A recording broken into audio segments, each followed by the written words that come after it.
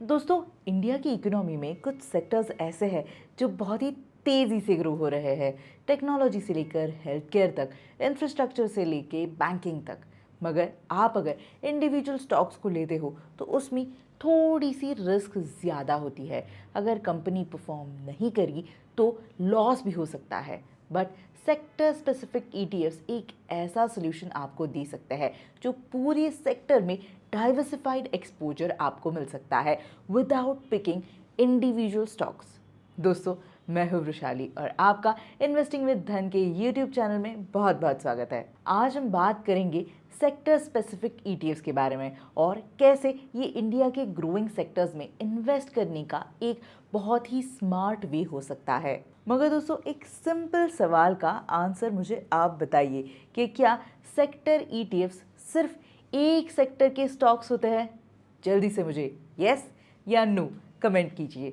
और हाँ, अगर मैं इस वीडियो में किसी स्टॉक या ईटीएफ का नाम ले रही हूँ तो ये सिर्फ एक एग्जाम्पल है, आपको कंसेप्ट समझाने के लिए। ये किसी भी तरह का बाय या सेल रिकमेंडेशन नहीं है। तो चलिए दोस्तों, समझते हैं कि सेक्टर स्पेसिफिक ईटीएफ्स क्या होते हैं।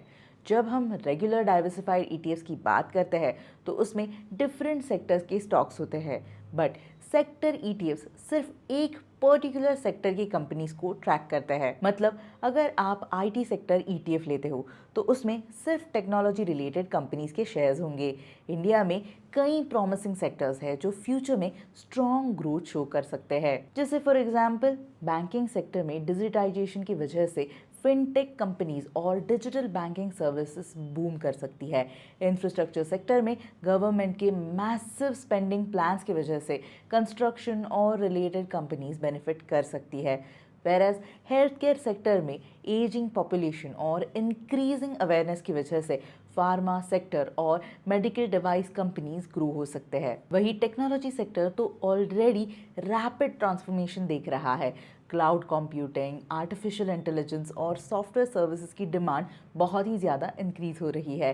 रिन्यूएबल एनर्जी सेक्टर में भी सोलार और विंड पावर कंपनीज की ग्रोथ पोटेंशियल स्ट्रॉन्ग है और गवर्नमेंट पॉलिसीज का सपोर्ट भी है। नाउ, सेक्टर स्पेसिफिक ईटीएफ्स कैसे काम करते हैं ये जान लेते हैं।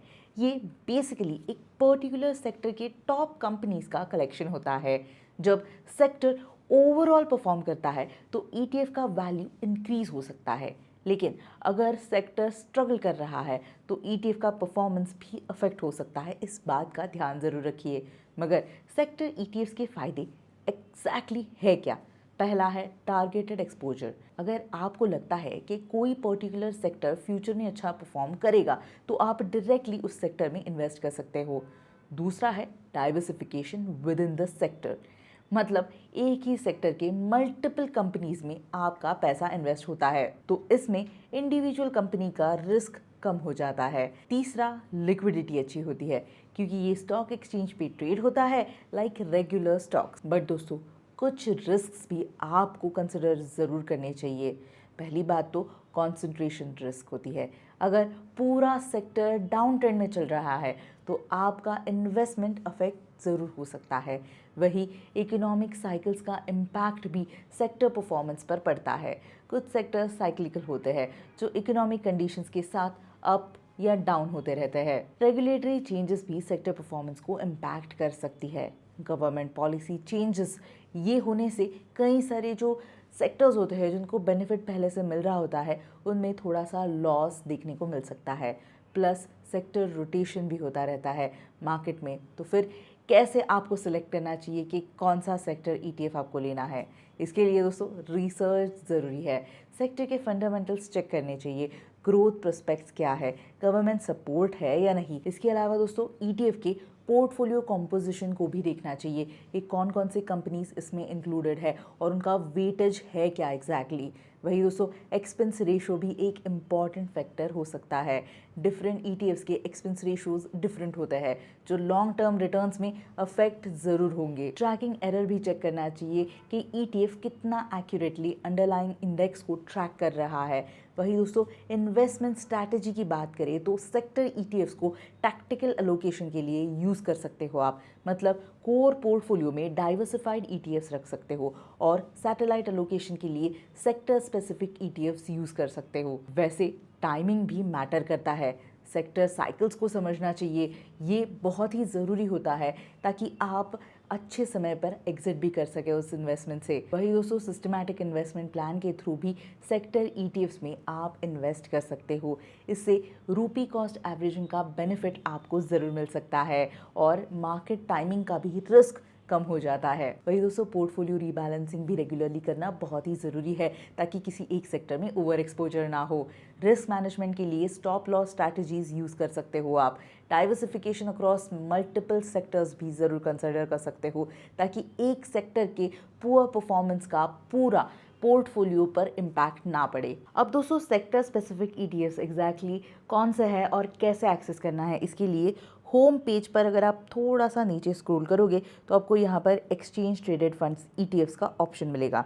यहाँ पर अंदर जाके आप सेक्टोरल पर क्लिक कर सकते हो और देख सकते हो कि कौन कौन से ETF के ऑप्शन है आपके पास। जैसे यहाँ पर आपके पास निफ्टी बैंक का ऑप्शन है, प्राइवेट बैंक का ऑप्शन है, IT का ऑप्शन है, हेल्थ केयर का ऑप्शन है और PSU बैंक का भी ऑप्शन है। तो इसी तरह आप अगर कोई भी ETF चूज़ करते हो तो यहाँ पर क्लिक कीजिए। जैसे यहाँ पर एग्जांपल के लिए जो पहला आ रहा है Kotak Nifty PSU bank ETF, यहाँ पर अगर मैं क्लिक करती हूँ तो यहाँ पर मुझे कई सारे ऑप्शंस मिल जाएंगे। तो यहाँ पर अगर मैं मार्जिन्स पर क्लिक करती हूँ तो यहाँ पर आप देख सकते हो। तो ऑन MTF पर क्लिक करने के बाद मुझे समझ में आएगा कि MTF फैसिलिटी में यानी कि मार्जिन ट्रेडिंग फैसिलिटी में आपको कितना लेवरेज मिल रहा है इस पर्टिकुलर ETF के ऊपर।